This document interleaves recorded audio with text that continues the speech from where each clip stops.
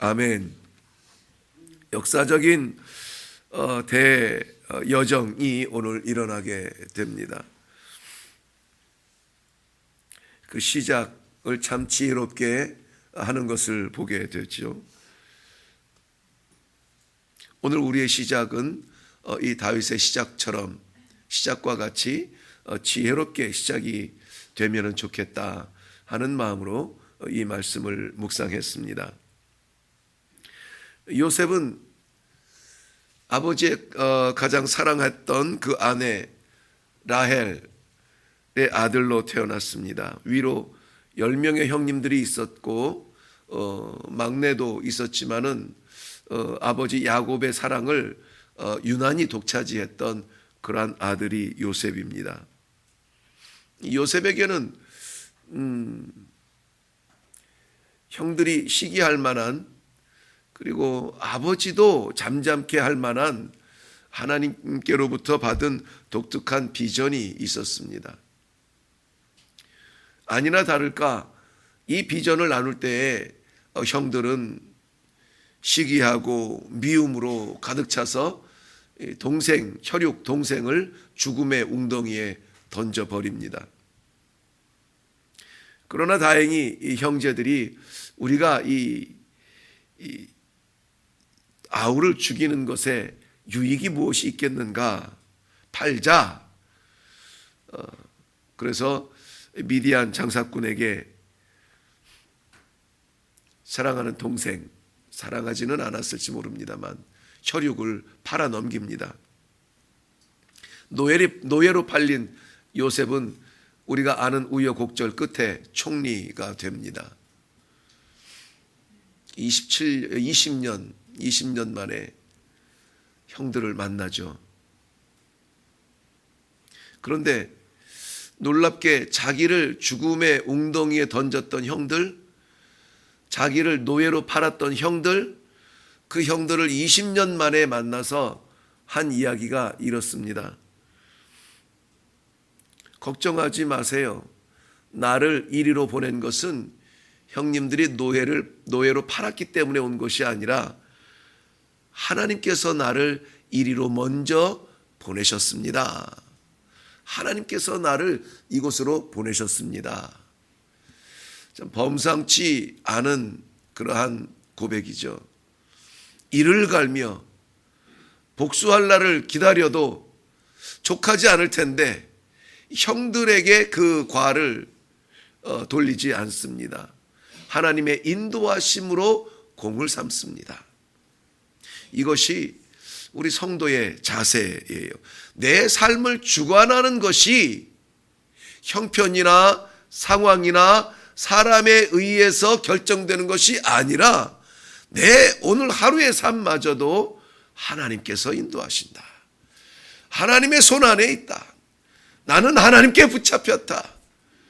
내가 어디로 가든지 무엇을 하든지 누구를 만나든지 오늘 내 삶을 주관하는 것은 나조차 아니라 하나님이시다. 이것이 우리 신앙의 사람들의 자세입니다.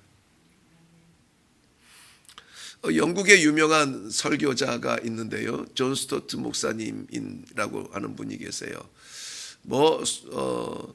런던의 그 영국의 중심적인 보수주의 그러한 교회, 이 런던 한 중심에 자리 잡고 있는 모든 민족교회 All Nations Church라고 하는 곳에서 평생 동안 이 설교자로서 섬겼는데요. 그분은 이 책도 셀 수 없이 많은 책들을 냈고 세계의 모든 교회들이 이분의 설교 한번 들어봤으면 초청이 쇄도하고 있는 그러한 목사님이십니다. 그날도 이 목사님은 준비된 설교를 하러 교회에 나가려는 주일 아침이었습니다. 신발을 신다가 이 목사님이 갑자기 푹 쓰러졌는데 앰뷸런스가 와서 이분을 모시고 병원의 응급실로 데려고 가서 응급실에 잠깐 그 순간에 평생 깨닫지 못했던 것을 깨닫게 됩니다.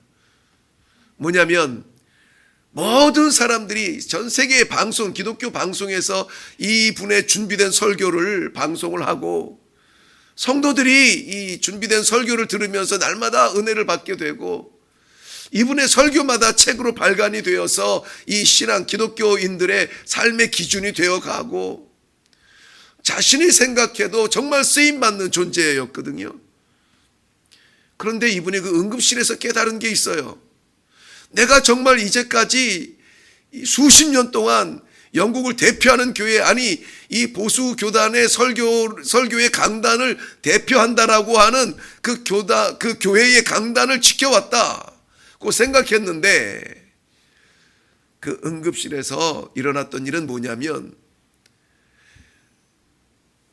차로 옮겨와서 이제 병원 안으로 들어가야 되는데, 손만 뻗으면 닿을 그 침대 1m도 안 되는 그 옆 침대로 옮겨가는데 자기가 할 수 있는 것이 아무것도 없었던 거예요.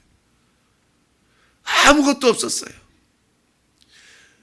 내가 정말 뭔가 해왔던 인생이라고 생각했는데 1m도 안 되는 옆자리로 옮겨가는데 내가 할 수 있는 것이 없다는 것을 깨닫게 돼요. 의사가, 간호사가, 병 간호하는 분이 자기를 들어서 옮겨주지 않으면 옮겨질 수 없는 그것을 바라보면서, 아, 나는 정말 아무것도 아니구나. 한 발자국을 움직여도 하나님께서 발을 움직여야 내가 움직였던 사람이구나. 깨달으면서 그분이 인생의 마지막 90세에 가셨는데 마지막 유언과도 같은 그 책을 쓰는데요. 그 책이 우리나라에는 제자도라는 책으로 번역이 되어서 나왔습니다. 그 가운데 우리가 예수님을 따라가는 그 제자가 되기를 원한다면은 이런 것들 그 우리 제자로서 따라가야 될 그 발자국들을 기록해 놓았어요. 이렇게 내디뎌야 합니다. 이렇게 내디뎌야 합니다. 그런데 그 가운데서 잊혀지지 않는 제자로서의 삶 가운데 우리가 잊어서는 안 되는 중요한 발자취가 있어요. 뭐냐면 이분이 그 응급실에서 깨달았던 그거예요. 우리는 좀 더 하나님을 의존해야 된다. 의지해야 된다는 거예요. 하나님을 향한 의존성이 커질수록 자아에 대한, 인간에 대한 의존성이 줄어든다는 거예요. 하나님을 의지한다라고 하면서 정말 하나님께 나 자신을 드리지 못하는 것은 여전히 나 자신을 의지하고 있는 거예요. 내가 생각하고 내가 고민하고 내가 할 수 있다라고 생각하고 내가 해왔다고 생각할수록 하나님의 자리가 좁아진다는 겁니다. 정말 예수님의 제자가 되기를 원한다면, 우리의 삶이 예수님의 그 길을 걷기를 원한다면 예수님처럼 자신을 전부 하나님 앞에 내어드려라라는 것이죠. 성경에서는 기도하라라는 말보다 맡기라라는 말이 더 많이 나와요. 맡겨라. 내 짐을 맡겨라. 내 수고를 맡겨라. 내 행사를 맡겨라. 내 길을 맡겨라. 내 염려를 맡겨라. 그리하면 너의 행사가 이루어지리라. 맡기라. 맡기라. 오늘 다윗의 왕으로서의 첫 행보를 우리는 보게 되는데, 이방 땅 블레셋 땅에 있다가 사울 왕이 죽고 나서 다윗은 이미 사무엘로부터 다음 세대의 왕으로서의 기름 부음을 받았습니다. 그러니까는 지금 왕이 죽으면은 이제 다윗이 왕이 되는 차례예요. 그럼에도 불구하고 그가 사울 왕이 죽고 나서 첫 번째 한 것은 무엇이냐? 여호와께 물어보는 거예요. 여호와께 기도하는 거예요. 자기의 다음의 행보, 다음 발자취마저 하나님 앞에 의지하고 있는 겁니다. 여호와여, 어찌해야 됩니까? 내가 유다로 올라갈까요? 유다의 한 성읍으로 올라갈까요? 물어보고 있는 겁니다. 그 왕으로서의 첫 발자국은 하나님의 뜻을 묻는 기도로부터 시작이 됩니다. 이미 기름 부음을 받았습니다마는 그 길을 향해서 서둘러 나아가지 않아요. 올라갈까요? 나아갈까요? 해야 될까요? 많은 하나님의 사람들이 하나님의 사심을 인정한다고 믿는다고 말은 하면서 실제 삶 속에서 하나님께 물어볼 기회조차 갖지 않아요. 아니, 이 물어보는 기도 이전에 생각조차 하지 않아요. 말부터 뱉고 행동부터 하고, 아이고 이게 아닌가, 하나님 도와주세요. 그제서야 허우적거리면서 하나님을 찾아요. 순서가 바뀌었어요. 하나님은 약속에 신실하시어서 그의 사랑하는 백성들을 놓지 아니하시고 매 순간, 눈 깜빡이는 순간도 기억하신다는 하나님의 약속을 우리는 너무 쉽게 잊어버려요. 무작정 나아가고 무작정 말을 하고, 그러니 작은 시험 앞에서도 무너지기 십상입니다. 야고보서 1장 4절 말씀에 보면은 성도들의 인내에 대해서 말하고 있습니다. 뭘 하기 전에, 결정하기 전에, 말하기 전에, 생각하기 전에 참아 기다려라. 뭘 기다려요? 하나님의 결정을 기다려요. 하나님의 응답을 기다려요. 하나님의 뜻을 기다려요.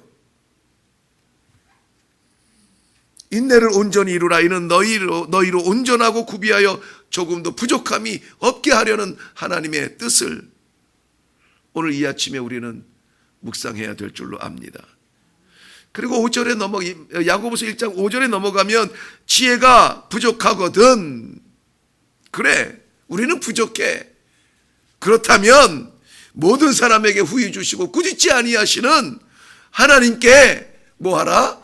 구하라. 하나님께 구하라. 기도해라. 그러면 하나님께서 그 기쁘신 뜻을, 그 미쁘신 뜻을 그의 아들에게 알게 하지 아니하겠느냐. 인내하면서 하나님의 뜻을 구해야 합니다. 아버지, 주님의 뜻이 무엇입니까? 아버지, 나를 왜 보내십니까? 아버지, 나를 왜 떨어뜨리십니까? 아버지, 나에게 왜 이 성공을 주십니까? 만사에 하나님의 뜻을 구하는 그러한 자리에 있기를 바랍니다. 인내하면서 하나님의 뜻을 구하면은 복잡해지지 않아요. 복잡해지지 않아요. 머리가 골치 아프지 않아요. 복잡해지지 않아요. 하나님께 이 의존성이 강해질수록 우리의 삶은 단순해져요. 그래서 이분이 말하는 것은 의존성을 높여라. 하나님 앞에 단순해져라. 단순해져라. 창세기 12장에 하나님께서 이 아브라함을 부르실 때 내 고향 친척 아비 집을 떠나 내가 내게 지시할 땅으로, 보여줄 땅으로 가라. 창세기 12장, 우리 다 아는 아브라함의 부르시는 그런 부름이에요. 4절에 보면은 이렇게 기록됩니다. 이에 아브라함이 여호와의 말씀을 따라갔고, 가라 하니까는 네, 이에 아브라함이 따라갔고. 하나님을 믿으면 단순해져야 돼요. 단순해져야 돼요. 복잡해서 이길저길 여기저기 두리번거리지 않고, 하나님의 뜻이면, 하나님의 기쁨이면, 하나님의 방법이면 우리하고 맞지 않아도 네, 일어서고 네, 따라가고. 마태복음 18장에는 그래서 우리에게 어린아이 같아지라고 그래요. 어린아이 같아지라. 너무 우리의 주장을 많이 하고, 이거 안 될 것 같은데요, 이거 아닌 것 같은데요, 저 길이 맞을 것 같은데요, 복잡해져요. 오늘 다윗은 하나님께 물어봅니다. 올라갈까요? 가라. 어디로 갈까요? 헤브론으로 가라. 네. 어디로 갑니까? 헤브론으로 가요. 헤브론으로 가요. 그저 한번 가보는 정도가 아니라 자기의 모든 식솔들을 어떻게 해요? 다 데리고 전부를 거는 거예요. 전부를 거는 거예요. 누구는 뒤에 남겨놓고 한번 가볼 게가 아니에요. 다 데리고 가는 거예요. 그리로 올라갈 때에 거기에서 유대 백성들이 다시 한번 우리의 왕이 돼 주십시오. 기름을 부어 다윗의 왕권을 확증하고 있는 것입니다. 오늘 우리 하나님께서 우리 기도 가운데 말씀하시는 기쁨이 있거든. 오늘 우리의 형편과 상황을 떠나서 단순하게 네, 일어나라, 네, 가라, 네, 살아가라, 네, 용서하라, 네. 좀 단순해지는 그 단순한 그 마음에 하나님의 기쁨이 가득 차는 복된 하루가 되시기를 주님의 이름으로 축원합니다. 기억하세요.